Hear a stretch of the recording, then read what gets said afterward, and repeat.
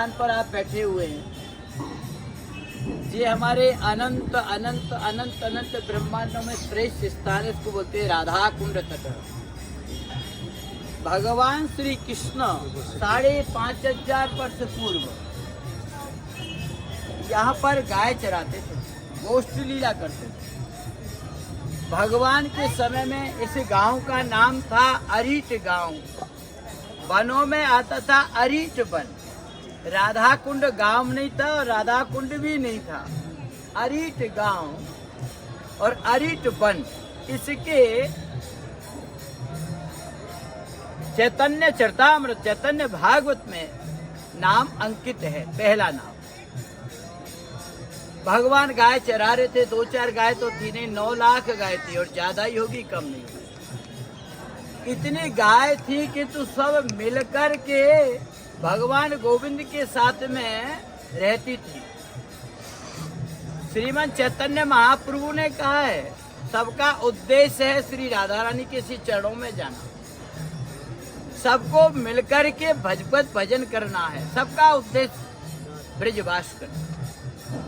इसी प्रकार सारी गायों का उद्देश्य था गोविंद का संग और गोविंद की सेवा। अब गाय क्या सेवा करती है बता। गायों का आनंद, उनकी सेवा क्या है। जैसे माँ अपने यशोदा माँ कृष्ण को अपना स्तनपान कराती हैं, इसी प्रकार गायों का भी बड़ा सौभाग्य और बड़ी इच्छा थी कि कृष्ण को हम भी सेवा में लगे। गाय का जन्म हुआ ब्रज में, सारी की सारी गाय कृष्ण के लिए सेवा के लिए ही दूध देती थी, भगवान को ग्रहण करती थी। हमारा कृष्ण भजन करने का उद्देश्य क्या है कि भगवान की सेवा। सुबह से लेकर शाम तक जो भी कार्यक्रम करते हैं वो पूरा उद्देश्य होता है भगवान को खुश करना, भगवान को सुख देना, भगवान की सेवा करना। भगवान श्री कृष्ण गाय चरा रहे थे, एक अरिष्टासुर नाम का असुर आया भगवान को मारने के लिए। किंतु भगवान कृष्ण गाय से बहुत प्रेम करते हैं। भगवान सबसे प्रेम करते हैं, ऐसी बात नहीं है। भगवान की सृष्टि में जितने भी आप देखते, ऐसा मत सोचना कि भक्तों से ही प्रेम करते हैं।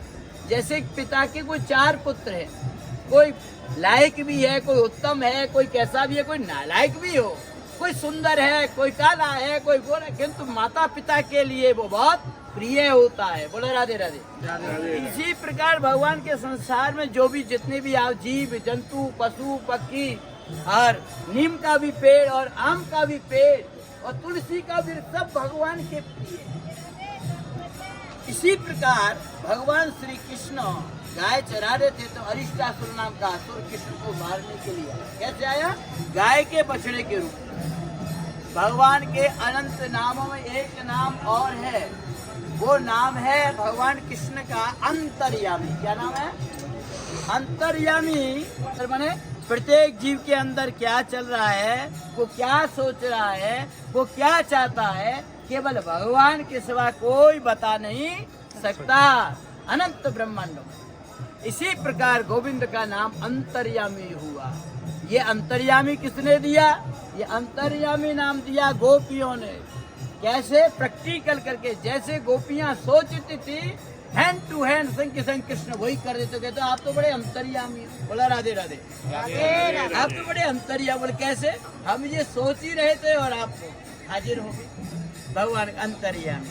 अंतर से देखा, देखने में गौआ किंतु जो असुर है, भगवान जैसे उसके नजदीक गए तो असुर ने कृष्ण के ऊपर आक्रमण किया, कृष्ण को मारने के लिए अटैक किया। तो इसी प्रकार भगवान श्री कृष्ण का और उस असुर का गौ के रूप में घमासान युद्ध हुआ।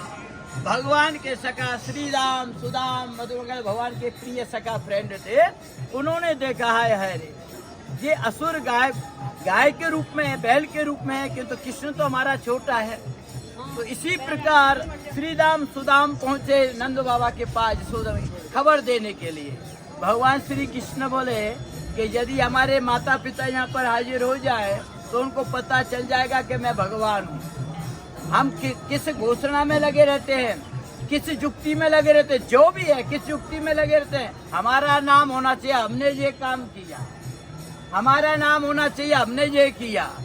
हम बहुत बड़े प्रवचन करने वाले हैं, हम बहुत बड़े विद्वान हैं, हम बहुत बड़े ये हैं, हम बहुत बड़े चतुर हैं, ये हमने बनाया, ये हमने किया, हमारी चेष्टा सब दिन यही लगी रहती है। कोई भी हो एक्सपाइज, लाखों में से कोई ऐसा होगा बोले वो नहीं भगवान ने किया है, अंतर से, ऊपर से नहीं, अंतर से बोले लाखों में से कोई एक होगा, बाकी सब ये मैंने किया।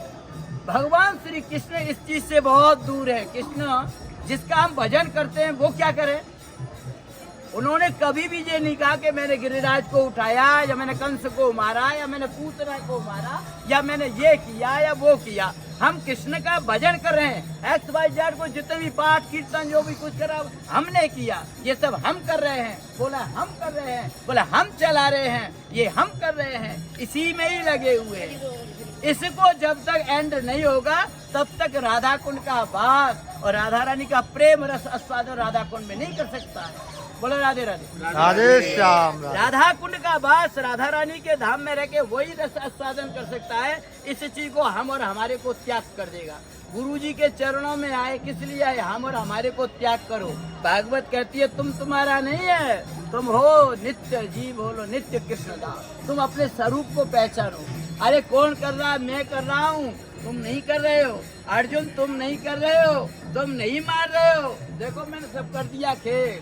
भगवान कितनी साधारण भाव में समझा रहे। अर्जुन तू नहीं मार रहा है तो मोटी भाषा में समझा रहे थे, मैंने कर दिया पहले खेल, तुझको तो खाली निमित्त मात्र खड़ा किया है।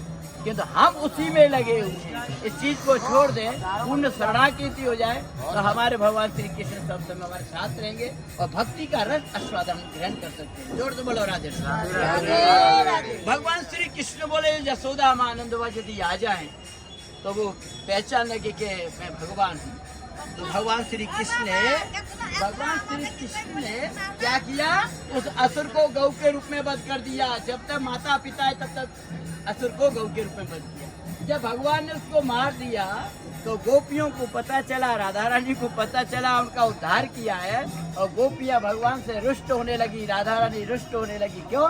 आपने गौ हत्या कर दी। नमो ब्रह्मण देवाय गौ ब्राह्मण हिताय च जगतताय कृष्णाय गोविंदाय नमः। आप इतना प्रेम करते हैं, साधु तो ब्राह्मण से प्रेम करके आपने गौ हत्या क्यों की? भगवान ने श्रीमती राधा रानी को बतेरा समझाया, बहुत समझाया। ये असली गाय नहीं है, ये तो असुर है, बहुत कुछ समझाया। किंतु राधा रानी एक ही बात कही, इस असुर ने अपना प्राण गाय के रूप में त्यागा है। हे माधव, इसलिए आपको गौ हत्या का पाप लगा। कृष्ण बोला क्या करूं, जल्दी बताओ। राधा रानी बोली एक ही उपाय है, करोगे? बोले हाँ। बोले जितने भी तीर्थ हैं, जितने भी धाम है, सब में जाओ और सब में स्नान ध्यान करके आओ, तभी तुम्हारा गौ हत्या का पाप दूर होगा। तब हम तुमको टच करेंगे, तब आप हमारे रास मंडल में आ सकते हो, दूध दही माखन देंगे। भगवान श्री कृष्ण ने ये बात सुनी तो भगवान गोविंद बोले वृंदावन हम प्रतभेज्ञाम पादवे गण गच्छामि। मैं अपने इस मधुर वृंदावन को छोड़ के कैसे जाऊँ? मुझको तो बहुत लीला करनी है। मैं एक काम करता हूँ, अपनी बंसी से सबको यहाँ बुलाता हूँ। भगवान ने अपनी बंसी से 68 करोड़ तीर्थों का आह्वान किया। गंगा, जमुना, सरस्वती, गोदावरी, प्रयागराज, गंगोत्री, जमुना, केदार, बद्री, सरयू, प्रयागराज, पुष्करराज, जितने भी तीर्थ सबको बुलाया। भगवान ने बंसी से कुंड का निर्माण किया। सारे तीर्थों ने कन्हैया को स्नान कराया। गोपियों ने भगवान श्री कृष्ण को अभिषेक कराया। देवताओं ने पुष्प भी की। भगवान का गौ हत्या का पाप दूर हो गया। बोलो वृंदावन बिहारी लाल की जय। श्री कृष्ण ने राधा रानी को आदेश दिया, आप मेरे साथ में कुंड बनाओ। राधा रानी ने कहा अच्छा ठीक है। यथा राधा तथा विष्णु तष्टम कुंडम प्रियम तथा ललिताया विशाखायाम राधा कुंडम सरोवरम। भगवान श्री कृष्ण कहते हैं यदि तुम सलिल रूप में यदि विराजमान हो तो तुम्हारे इस रूप से कुंड को ज्यादा प्रिय मानूंगा। तो राधा रानी ने कंगन से कुंड बनाया, भगवान ने बंसी से बनाया। सारे तीर्थ कन्हैया को राधा रानी को स्नान कराया और भगवान श्री कृष्ण अपने जैसे ही बंसी से संगम किया, राधा रानी के प्रेम अनुसार जल और राधा रानी का श्री गोविंद जी के चरणों में गया। बोलो राधे राधे राधे श्याम। भगवान ने इतने तीर्थों का स्नान किया किंतु भगवान का पाप दूर नहीं हुआ। किया ठीक, जब राधा रानी कुंडेश्वरी के चरणों का जल कृष्ण के पास पहुंचा श्याम कुंड में, तब भगवान का गौ हत्या का पाप दूर हुआ। इसी प्रकार प्रिया प्रीतम जल रूप में विराजमान हुए और ये भगवान 5,500 वर्ष पहले की बात है। और इसका नाम था, राधा कुंड का नाम था, पता है आपको, गौरी कुंड। और श्याम कुंड का नाम था काली पोखर। गौरी पोखर, काली पोखर चैतन्य चरितामृत कृष्णदास कविराज गोस्वामी ने रचित किया है। पहला नाम श्रीमंत चैतन्य महाप्रभु गौर सुंदर जब आए थे इस गोलोक वृंदावन धाम में, सबसे पहले फर्स्ट राधा कुंड आए कीर्तन करते हुए। राधा कुंड, श्याम कुंड, गिरी गोवर्धन, मधुर मधुर बंसी बाजे यही वृंदावन। श्रीमंत चैतन्य महाप्रभु जब राधा कुंड आए तो इस राधा कुंड श्याम कुंड लुप्त हो गया, उसको प्रागट्य किया और प्रागट्य करने के बाद राधा कुंड की जो सेवा थी, श्रीमंत चैतन्य महाप्रभु गौर सुंदर ने श्रीपाद रघुनाथ दास गोस्वामी जी को बताया कि आपको राधा कुंड के घाट पर को सुंदर बनाना है। श्रीमंत चैतन्य महाप्रभु के आदेश से रघुनाथ दास गोस्वामी जी राधा कुंड श्याम कुंड के घाट बनाए। जितने भी सर्वगोस्वामी महापुरुष हुए सभी ने राधा कुंड के तट पर बैठ के भजन किया। राधा कुंड तट कुंज कुटीर गोवर्धन पर्वत जामुन तीर कुसुम सरोवर मानस गंगा कालिंदी नंदिनी बेपुल तरंग। ये सब छोड़त कहाँ नहीं जाऊं, ये सब छोड़त परान हराऊं। राधा कुंड तट। भक्तिपुरुष ठाकुर कहते हैं आप कहीं पर भी भजन किए किंतु आप अपने मन में रखो कि राधा कुंड के तट है सबसे श्रेष्ठ। राधा कुंड का तट है। इस राधा कुंड के तट पर कुंज कुटीर है। ये आपको देखे ना छोटे छोटे घर, जहाँ आप भजन करेंगे, श्री चिन्मय भजन करेंगे तो छोटी छोटी कुंज आपको नजर आएंगे।